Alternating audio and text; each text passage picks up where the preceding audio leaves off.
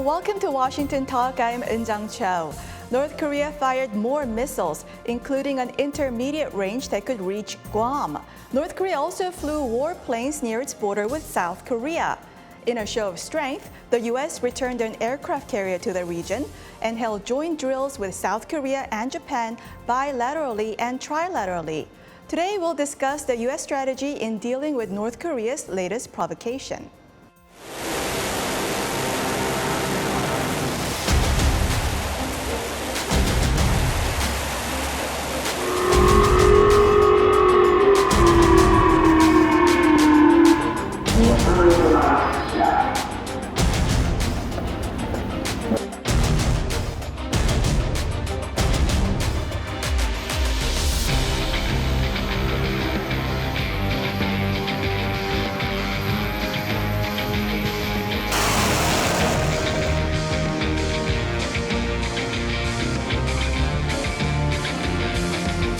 We strongly condemn Democratic People's Republic of Korea, DPRK's dangerous and reckless decision to launch a long-range ballistic missile over Japan.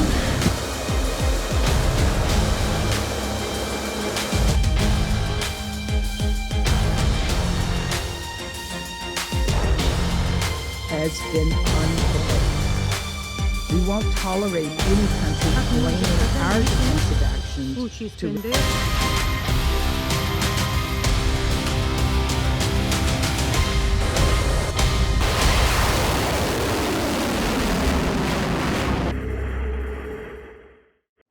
Joining us for insight and analysis, Mr. Robert Rapson. Mr. Rapson served as a chargé d'affaires at the U.S. Embassy in Seoul until July 2021. He was Deputy Chief of Mission at the U.S. Embassy Seoul and Political Counselor and Acting Deputy Chief of Mission at the U.S. Embassy Tokyo. Mr. Rapson was also the Director for Korean Affairs at the State Department. Also joining us, Mr. Christopher Johnstone, Senior Advisor and Japan Chair at the Center for Strategic and International Studies. Mr. Johnstone was the Director for East Asia at the National Security Council under President Biden until June of this year. He also served as the Director for Japan and Oceanian Affairs at the NSC, Principal Director for South and Southeast Asia, as well as Director for Northeast Asia in the Office of the Secretary of Defense. Welcome to Washington Talk. Thank you. Thank you. It's great to be here. North Korea fired intermediate range that flew over Japan that could reach Guam, which is the first time in 5 years. How different is the level of provocation this time compared to the short-range missiles? Yeah, this is certainly an elevation in the level of provocation. The systems that North Korea has been more recently testing, of course, are shorter range, clearly intended to strike targets in South Korea in the event of a conflict. This, as you said, is a regional weapon, one intended to range all of Japan and also to strike U.S. forces in Guam if necessary. So this is clearly a message from the North to the region as a whole, and to the United States and Japan in particular, that North Korea's capabilities are formidable.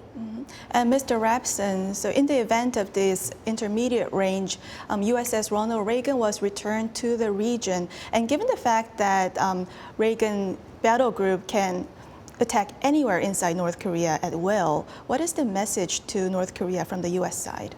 Well, I think it's a consistent message from the U.S. in terms of our projection of force as part of our extended deterrence strategy.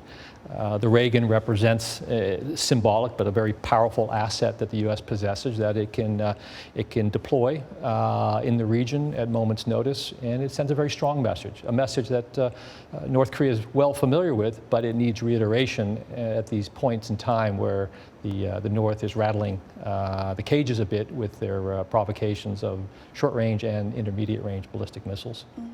Military experts tell me that USS Reagan has the ability to go after the leadership and the command and control center at will. So North Korea called this Ronald Reagan aircraft carrier a piece of scrap metals. What specific capabilities does the Ronald Reagan have that North Korea should fear? Well, again, in the public domain of what an aircraft carrier has in terms of the aircraft it possesses, the weapons its aircraft carry. So it's no surprise to the North Koreans about what the Ronald Reagan, as well as other U.S. Carriers, what they represent. They don't like the fact that the Reagan is being deployed because it's a reminder of the overwhelming superiority that the U.S. and the ROK enjoy in terms of its ability to deal with aggression from the North. If I could just add on to that, an aircraft carrier like the Ronald Reagan carries about 75 aircraft, both fixed wing as well as helicopters, so it's a lot of firepower, and it's generally escorted by destroyers that also have cruise missiles. So this is a powerful demonstration of force. The other purpose here is to signal how quickly we're able to respond. So there's sort of an agility that we're demonstrating, not just by the deployment of the carrier, but also some of the other exercises that were conducted immediately after the launch. The live fire exercises on the peninsula, some of the flight training that took place with Japan. So signaling that we're ready for whatever the North might choose to do is also the purpose here. And Mr. Johnstone, Japanese Defense Minister Hamada said that Japan will not rule out the possibility of considering a counterattack capabilities. So in essence, is North Korean provocations giving good reasons for Japan to build up its military capabilities? Yeah, that's a very important point. So Japan is today in the midst of a very serious domestic debate about defense. There are considerations of a significant increase in defense spending. Today they spend about 1% of GDP. There are voices, strong voices, that want to grow that to 2% over the next 5 years, so a doubling of defense spending in 5 years. There's also this consideration of long-range strike capability, long-range cruise missiles that are being considered really for the first time. So yes, this provocation lands, if you will, right in the middle of that debate. And it will accelerate it. There's an end of the year timeline on this discussion in Japan. So we're getting to the end.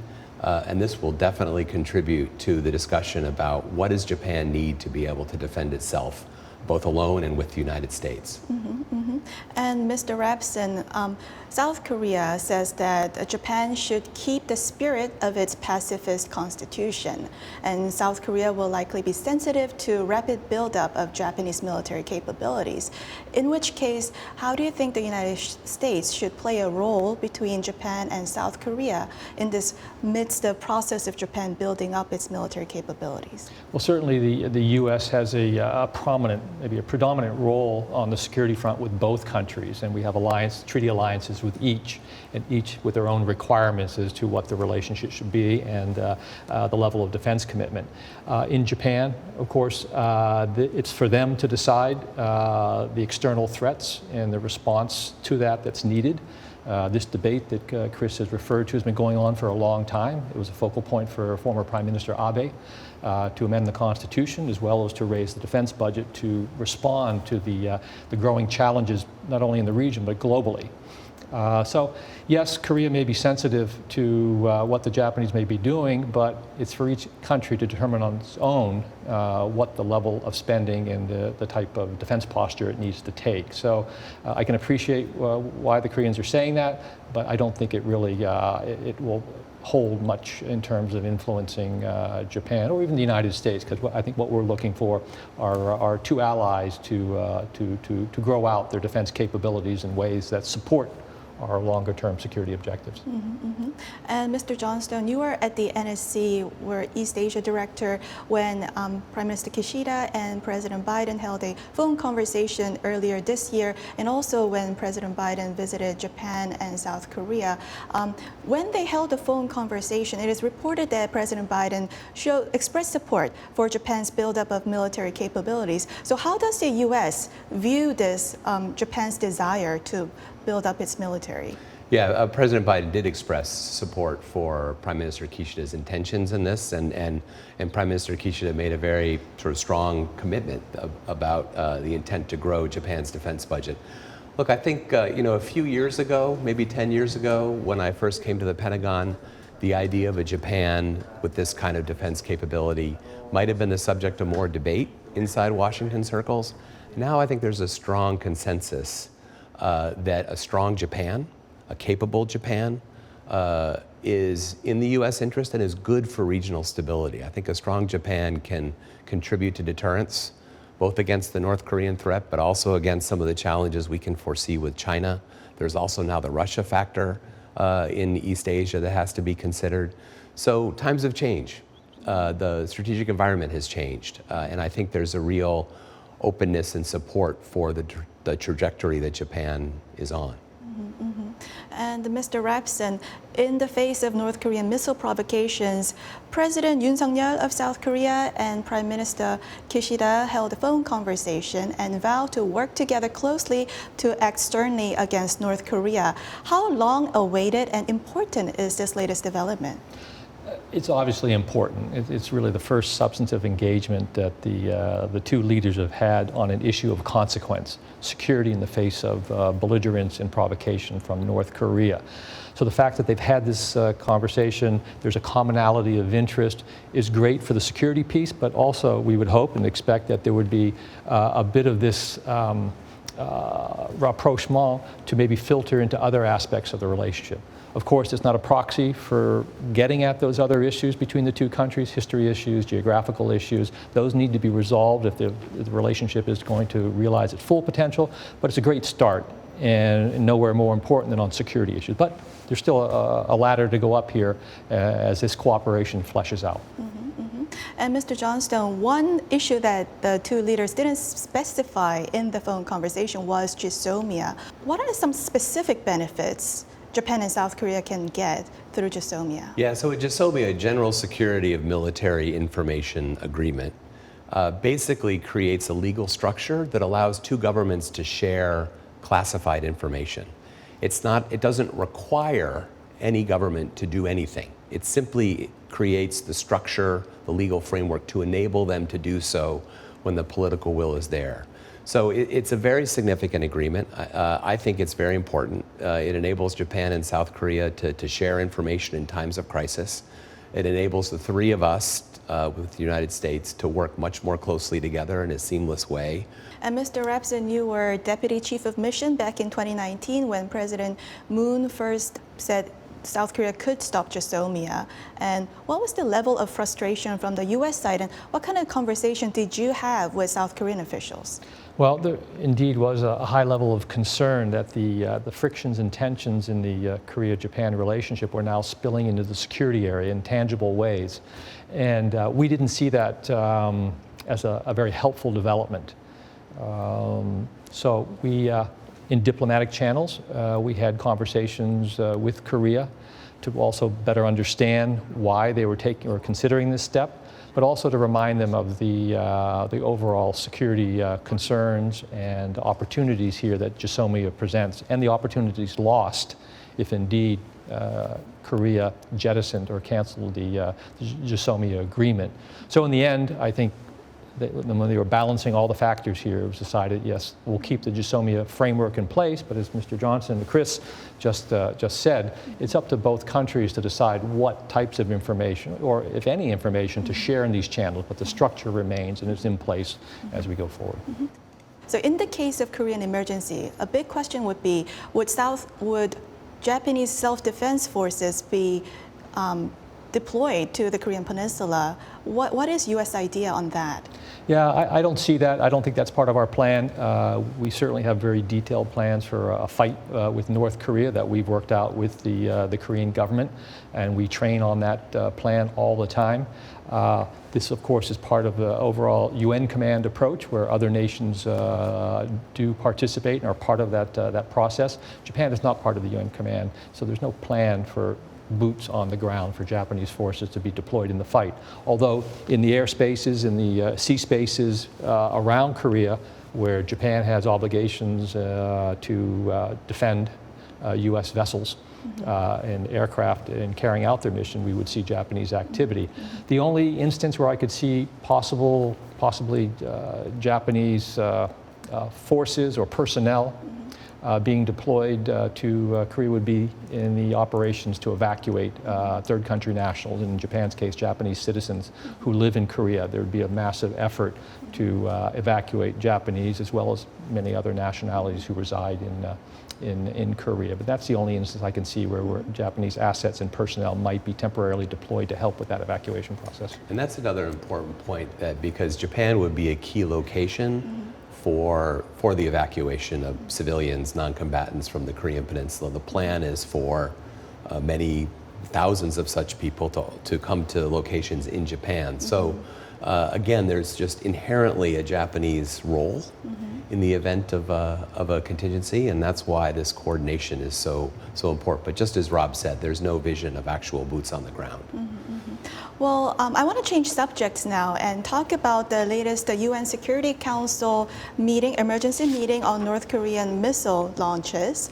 And in that meeting, Mr. Rapson, it ended without any result, no joint statement. Are we at a point where we cannot expect any other UN sanctions on North Korea? Is the utility of UN Security Council now over? No, I don't, but I don't think the utility is over. But for the moment, for the foreseeable future, and we don't know how long that will last, the Security Council is going to be a roadblock for any further sanction activity against North Korea, and largely due, of course, to the positions, the evolving positions now of Russia and China, the two permanent Security Council members who have the right of veto, and they've clearly indicated that they're not going to see through the Security Council any additional punitive measures against the North. So the North at this point has a bit of a free license to do more, although we clearly have the option and the ability to sanction them bilaterally or unilaterally, as well as working with other like-minded partners and allies to bring greater pressure to bear. But the Security Council in and of itself is deadlocked. And I'm not seeing that changing for the foreseeable future. We'll of course have to see if North Korea tests conducts its seventh nuclear test, which has been forecast for I don't know how long now. Yeah, for months. One of these days it'll happen, but it could be sooner, and that will be a litmus test for those two Security Council permanent members, particularly the Chinese, on what tack they'll take. In the case of North Korea's seventh nuclear test, do you think China and Russia will show different position and agree with more sanctions on North Korea? Yeah, I'm not, like Rob says, I'm not optimistic. This is one of those areas in which this partnership with no limits that Beijing and Moscow announced just before the war started becomes a factor, right? In my view, it's mostly a symbolic relationship. We haven't seen, for example, much Chinese support for the Russian war effort. But in the UN is where you see the manifestation of their cooperation. And as a result, it does make things like responding to North Korean provocations much more difficult. So I'm not optimistic that the Council would be any more effective in a nuclear test. Prepared to be wrong, but not optimistic. No, I think you're right. I think the Russians, given their posture now on nuclear weapons in the battlefields around Ukraine, and their rhetoric suggests that they're clearly going to block any movement in that direction. China, they won't be happy that the North is testing a nuclear weapon, but how that will manifest itself, I see. Maybe they abstain from at best, abstain from a vote in the Security Council, but I don't see them proactively getting behind the movement. If any of you can take my question first. So back in 2017, China and Russia actually agreed with 4 different new sanctions on North Korea at the UN Security Council. And at the time, US Ambassador to the UN, Ambassador Haley, said that she actually used President Trump's unpredictableness and approached China and Russia and persuaded them that, U.S. could use forceful actions, that U.S. could do some military actions against North Korea. And that's where China and Russia came to support new UN sanctions on North Korea. So at this point where China and Russia is not moving at all, should we consider strategy like that at this point? Well, 2017 seems like a long time ago. It does, doesn't it? But now we're talking about the fire and fury period, right, which was a very dynamic, and I think all the major powers in play, China, Russia, the US, Japan, even Korea, were uncertain as to where this was leading. There was a number of measures or statements by the US leader that really raised serious questions about the direction here. So I think there was a commonality of interest to be supportive of the US and eventually find an off-ramp for the escalating rhetoric and tensions on the peninsula, and fortunately the Winter Olympics happened to be got in the way. happened to be there, and an opportunity for some form of at that time reconciliation and engagement and dialogue. So no, I don't see a parallel in that respect here. Yeah, I think what I'd say is it's certainly the case that I think history suggests that China becomes more involved, more willing to exert pressure on North Korea when it's concerned about the possibility of things getting out of control on the peninsula or in the region, when they become concerned about the possibility of conflict. So I think that is true, but it's I wouldn't go so far as to recommend using this as an explicit strategy for the United States. I think ultimately it is not in China's interest for the North Koreans to have a nuclear weapons program. And we have to continue to remind them of that just introduces a factor into the region that is ultimately against their interests. At the moment, it's not an argument they listen to, but we have to keep making it. If any of you can take my question again. Sanctions experts tell me that we're going to have to make China choose between North Korea or between access to U.S. financial system. In other words, go after Chinese banks and Chinese companies. Would that be a good idea to seek to draw out some kind of Chinese support to go against North Korea? Well, I think there are, much larger issues in play now with Russia and China's position on Russia and what they will or won't do in support of Russia. And certainly if Mr. Putin decides to deploy tactical nuclear weapons, that changes the equations completely. And we're in sort of uncharted territory at that point. So I think North Korea, while it's making a lot of noise and capturing world attention for the time being, is still a backwater issue. And high-level tension is really focused more on these broader issues, particularly the challenge in Ukraine. Yeah, I would just say that certainly we should continue to do everything we can to follow the money, to look for banks and other institutions that handle North Korean funds. And if we're able to identify Chinese banks that are, and it's feasible to go after them in a way that doesn't disrupt the larger financial system, I think that absolutely should be a policy option that's on the table. In a universe where we don't have great options, that does seem to be one that we should continue to pursue.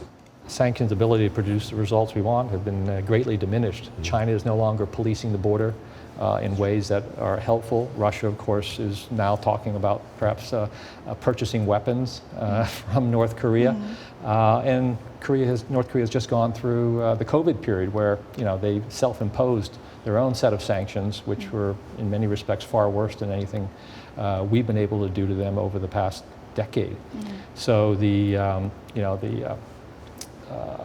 sanctions route is not necessarily going to be a productive one, although we need to proceed with the policies we've developed and find those opportunities, as Chris was saying, to target them. And cryptocurrency, cyber activity, the North seems very resilient in finding a way to survive and maybe in some ways thrive into this changing geostrategic environment.